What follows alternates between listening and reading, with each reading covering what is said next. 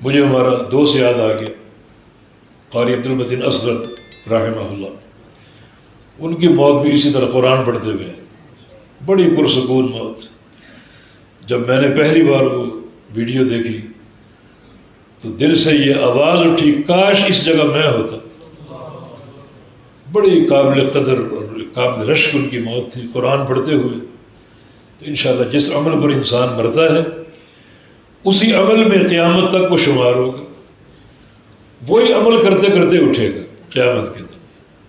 جیسے نبی علیہ السلام کی حدیث ہے کہ یأتی الشہید یوم القیامہ وأوداجہ تشرب دما، اللون لون الدم والریح ریح المسک، کہ شہید قیامت کے دن آئے گا اس شان سے کہ اس کی شہرت کٹی ہوگی، رنگ تو خون کا ہوگا مگر خوشبو جنت کی کستوری کی ہوگی۔ یعنی جو نیکی کرتے کرتے گیا وہی نیکی کرتے کرتے اٹھے گا۔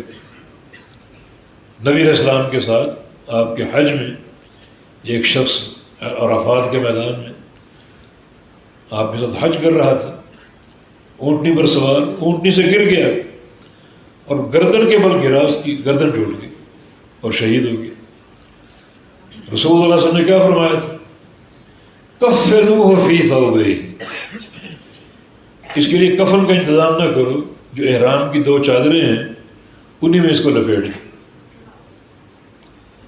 اس کو احرام میں رکھو۔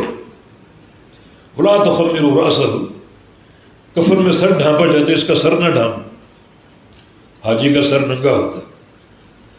ولا تحنثوا، خوشبو نہ لگانا، بحالت احرام خوشبو لگانا جائز نہیں ہے، اس کو بالکل ایک حج اور احرام کی حالت میں رکھو، انہی چادروں میں کفن دو، خوشبو نہ لگاؤ، سر نہ ڈھانپو۔